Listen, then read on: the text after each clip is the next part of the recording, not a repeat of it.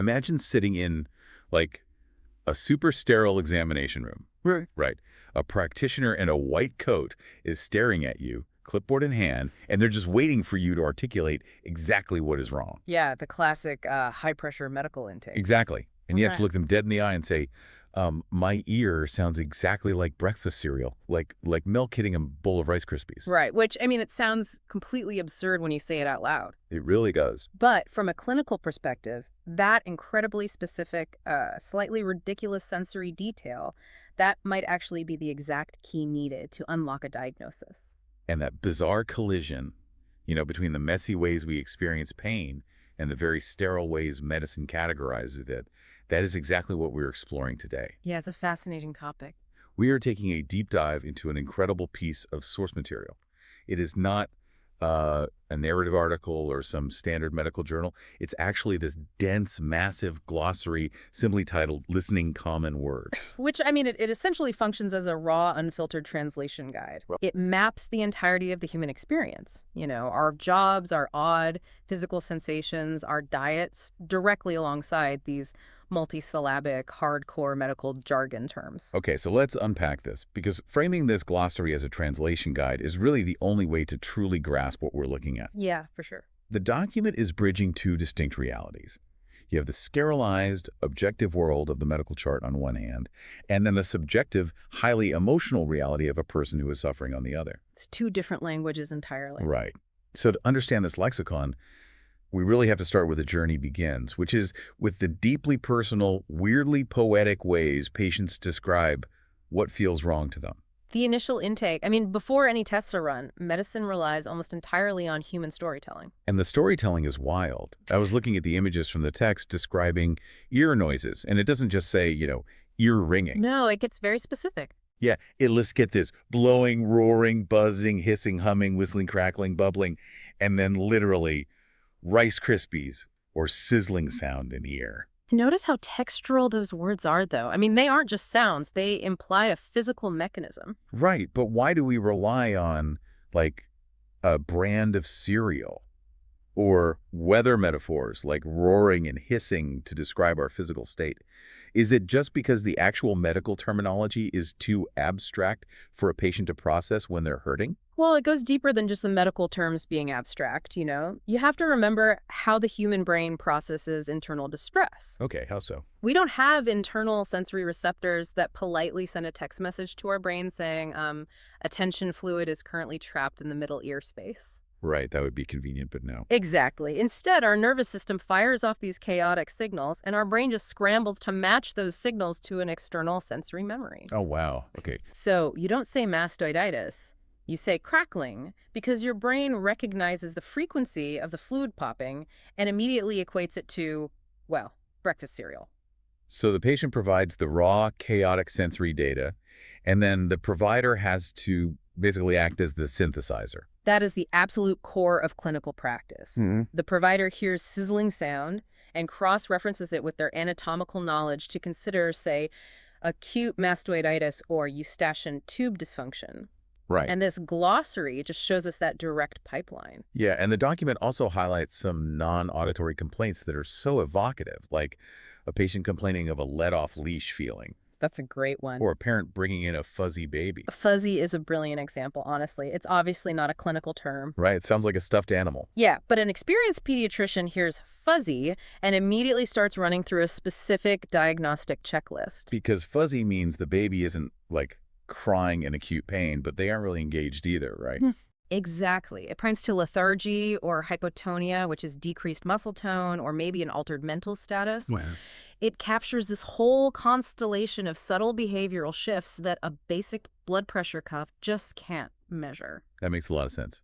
Then there is this symptom listed in the text, which is terrifyingly dramatic. It says, impending sensation of death. Yes. When I first read that, I thought it sounded like something out of a Victorian novel. It does sound incredibly theatrical, but the feeling of impending doom is actually a deeply respected, heavily documented clinical symptom. Wait, really? Oh, absolutely. It is a biological alarm bell. But what is actually happening in the body to make someone feel that way, though? Is it just psychological panic? No, it's heavily physiological. During severe, life-threatening events like, say, anaphylactic shock, a pulmonary embolism or a myocardial infarction, the body actually realizes it is in catastrophic danger before the conscious mind does. Oh my gosh. Yeah. The autonomic nervous system triggers a massive, overwhelming dump of catecholamines. So adrenaline and noradrenaline right into the bloodstream. Just a total chemical flood. Exactly. And that sudden chemical tidal wave registers in the brain as sheer, unadulterated doom. When a patient says they feel like they are going to die right now, practitioners are trained to believe them and move incredibly fast. That is fascinating. So the emotion itself is actually a chemical symptom. Precisely. Now, moving from how patients feel on the inside, the deep dive kind of takes us to how patients move on the outside, because the glossary reveals that patients' physical movement acts as this incredibly precise visual fingerprint before they even open their mouths. Oh, observation is arguably a practitioner's most utilized tool. Long before they pull out a stethoscope, they are analyzing the mechanics of how you walk from the waiting room to the examination chair. And the vocabulary the document uses for that walk, the gait, is incredibly dense. I want to look at the specific lective gaits extracted from the source, because it lists stomping gait, scissoring gait, festinant or festinating gait, freezing gait, waddling or Trendelenburg gait, and antalgic gait.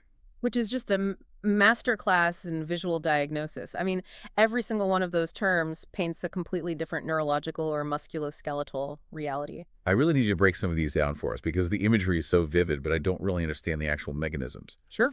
Let's start with waddling versus Trendelenburg gait, which the document links together. A Trendelenburg gait sounds like an aristocratic ballroom dance, but waddling sounds like a duck. How do those connect? Well, they actually describe the exact same mechanical failure, just from two different linguistic perspectives, you know? Okay. Waddling is the layman's visual description. Trendelenburg refers to the specific anatomical deficit causing the waddle specifically, severe weakness in the hip abductor muscles, like the gluteus medius. So what is physically happening in the body to make someone waddle? Okay, so when you take a normal step and lift your right leg, your left hip abductors contract to keep your pelvis level. Right. But if those muscles are weak or damaged, the moment you lift your right leg, your pelvis violently drops on the unsupported side. Oh. Yeah. And to keep from falling over, you have to throw your entire upper body weight over the weak hip to counterbalance. Oh, I see. Yeah. Doing that back and forth with every single step creates that distinct side-to-side duck waddle. Wow. What about a scissoring gait?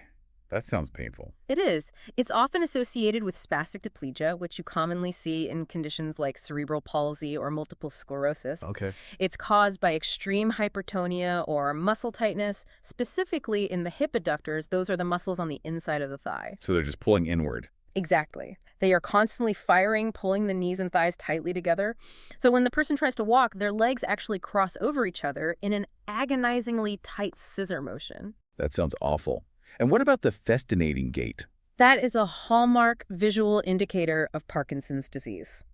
The basal ganglia in the brain, which controls fluid movement, begins to fail. Okay. The person's center of gravity shifts forward, but their brain struggles to initiate long, purposeful strides. So they're leaning forward, but can't take a big step. Right. So to keep their forward-leaning body from simply falling face first into the floor, they have to take rapid, incredibly short, shuffling steps to catch up with their own momentum.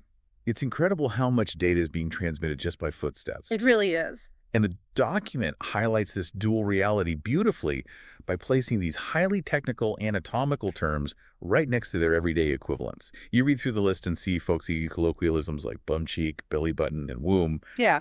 And they're mapped directly to Latin terms that sound like wizard spells. Right. The clinical translations being gluteal region, umbilicus, and uterus. Exactly. But the glossary also lists terms like iliopsoas, adnexa, and lamina propria.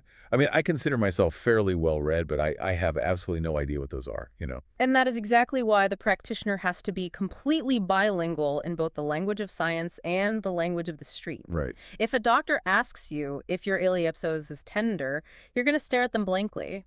But if they ask if it hurts deep in your groin when you lift your thigh, you can actually answer that. Okay, so what is the iliopsoas? It's a massive, powerful muscle deep in your pelvis that connects your lower spine to your femur. It's your primary hip flexor. Okay, got it. What about adnexa? Adnexa simply means appendages in Latin. In clinical medicine, it almost always refers to the structures attached to the uterus, the ovaries, and the fallopian tubes. Oh, okay. So pain in the adnexa is just a highly precise way of noting localized pelvic pain. And the lamina propria. That is a very thin layer of connective tissue that sits just beneath the mucous membranes in your body, like the lining of your respiratory tract or your gastrointestinal tract. It's heavily involved in immune responses. See, here's where it gets really interesting, though.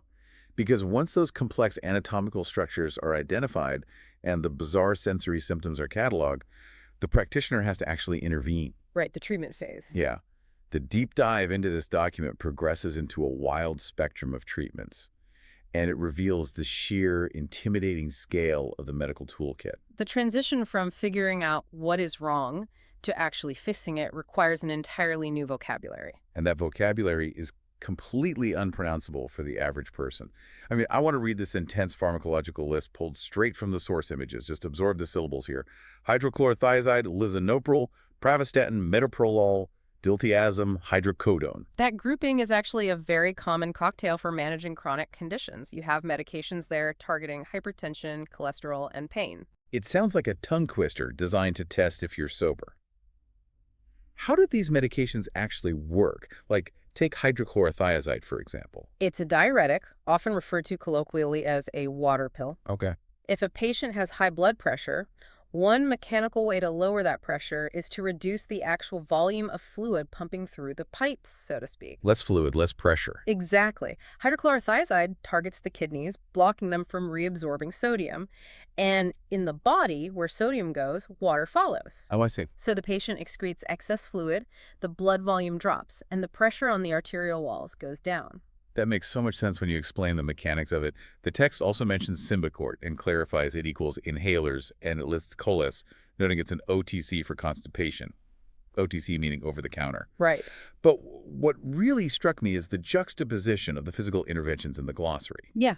Well, we go from the absolute simplest, gentlest home remedies, things like a lukewarm bath, a sponge bath, or gentle exercise, straight into intense, deeply invasive surgical investigations. Ah, yes. The document lists exploratory laparotomy, cholecystectomy, cystoarthroscopy, and the ultimate $50 word, esophagogastroduodenoscopy. That is quite the polysyllabic mountain to climb. It really is. But looking at that list, it feels like stepping out of a relaxing day spa directly into a high-stakes sci-fi movie. Does this vocabulary shift mirror the literal escalation of a patient's danger level? You know, that is a very astute way to look at it. The vocabulary absolutely reflects the escalation of clinical intensity. Yeah. The language becomes more specific, more Latin-heavy, and more complex as the interventions become more invasive. Because a lukewarm bath is systemic and mild. But if you are cutting someone open, you can't be mild. You need to be exact. Precisely. If we take your favorite $50 word, esophagogastroduodenoscopy, I mean, it sounds like gatekeeping jargon, but it's actually highly functional. It operates like a set of GPS coordinates for a surgeon. Okay, I want you to break that word down for us, because to me, it's just alphabet soup. Let's pull it apart. Esophago refers to the esophagus, the food pipe. Right. Gastro refers to the stomach. Duodeno refers to the duodenum, which is the very first section of the small intestine right after the stomach. Okay. And esoscopy means to look inside with a camera or scope. So it's literally just the itinerary of the camera. Yeah. Like we are going down the tube, into the pouch, and peeking into the start of the intestines. Exactly. When you are inside the human body, colloquial terms aren't good enough. Looking at the belly could mean 100 different things and lead to a catastrophic surgical error. Which you definitely don't want. No. The Latin root ensures absolute standardized precision across the global medical community. So a general practitioner has to seamlessly navigate from advising a patient on compression stockings to sending them off for an esophagogastroduodenoscopy. Their brain has to span that entire spectrum. Right. But to choose the right treatment, the medical world has to know exactly who the patient is outside the clinic. Which brings us to a fascinating section of this glossary, the lifestyle factors. The environmental context of the patient. Yes, the holistic human. The document includes all these everyday lifestyle details that seem totally random, but are clinically vital. It lists jobs like forklift driver, roof tiler, barrister. It lists hobbies, Bosu ball, Nordic walking, competitive orienteering, which I love, and playing darts. Yeah. It even lists diet specifics. Fizzy drinks, milky puddings, whiskey, and butter oat combinations. And don't forget the modification terms, right? The Yeah. glossary highlights the concept of things being halved, which represents critical changes in dosage or dietary intake. Right. So what does this all mean for you, the listener? Why does a highly technical medical glossary care if you're a roof tiler who eats milky puddings, drinks fizzy drinks, and plays darts on the weekend? It's a good question. Is the human body basically just a vehicle, and these lifestyle details are the road conditions that explain the wear and tear? I see where you're going with the vehicle analogy, but I actually have to push back on that a bit. Oh, really? Why? Well, a car just passively wears down over potholes, right? The human body is actively trying to adapt to its environment, sometimes maladaptively. Oh, that's interesting. Medicine isn't just treating rust, it's treating the body's flawed attempts to protect itself from its own lifestyle. That's a brilliant distinction. So how does a job like roof tiler factor into that adaptation? Well, a roof tiler isn't just experiencing random bumps.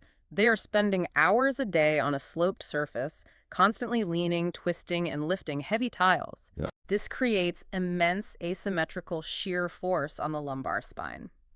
Over time, the annulus fibrosus, the tough outer ring of the spinal discs, begins to weaken from that specific mechanical load. Ouch. Yeah. The body might try to stabilize the area with muscle spasms, but eventually the disc bulges. So you don't just treat the slipped disc, you have to understand the specific mechanical shear force that caused it. Wow. And what about something as innocent as playing darts? Darts requires a repetitive, asymmetrical snapping motion of the elbow and wrist that causes micro tears in the extensor tendons. Okay. The body responds with inflammation to heal it, but because the player keeps throwing darts weekend after weekend, the inflammation becomes chronic. It's classical epicondylitis. Tennis elbow, basically, Yes. and competitive orienteering. Orienteering involves running through woods and uneven brush. It tells the doctor two things. First, the patient is subjecting their lateral ankle ligaments to high, unpredictable loads, risking sprains. Second, and more importantly, they have massive exposure to tick habitats. If they present with mysterious joint pain and fatigue, Lyme disease immediately jumps to the top of the diagnostic list. The puzzle pieces all fit together perfectly. And the fizzy drinks explain the patient's complaint of burbling or acid reflux because the carbonation expands the stomach and forces the lower esophageal sphincter open. You got it. And the milky puddings explain the altered lipid profile that requires a practitioner to prescribe the pravastatin we talked about earlier. It is incredibly humbling when you look at it that way. We've taken a deep dive today into what looked like a raw, unformatted glossary of terms and discovered it's actually a comprehensive map of human existence. It really is. Being truly well-informed about our own health means recognizing this duality. It's bridging the gap between those impenetrable Latin clinical terms like the esophagogastroduodenoscopy and the deeply personal, messy Rice Krispies analogies we use when we're scared and in pain. It's a powerful reminder that at the heart of all this incredibly complex biology is a human being trying to communicate their suffering and a practitioner trying to decode it. Yeah, beautifully said. But before we wrap up today, I want to leave you with a final thought to ponder based on how heavily our language relies on our environment. Oh, I like where this is going. If our medical vocabulary right now is deeply rooted in our current physical experiences, Rice Krispies, waddling like a duck, milky puddings, how will modern technology fundamentally rewrite how we describe our pain in the future?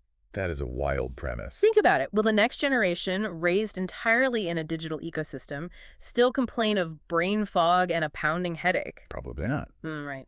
Or will they sit in the doctor's office and say their neural latency is lagging, their bandwidth is throttled, and their internal battery is completely depleted? Oh, our metaphors are absolutely going to upgrade as our lives do. That is fascinating to think about. But until then, the next time you walk into a clinic, just remember, you aren't just giving them a list of symptoms. You are giving them the sensory blueprint of your body, and they are doing their absolute best to translate it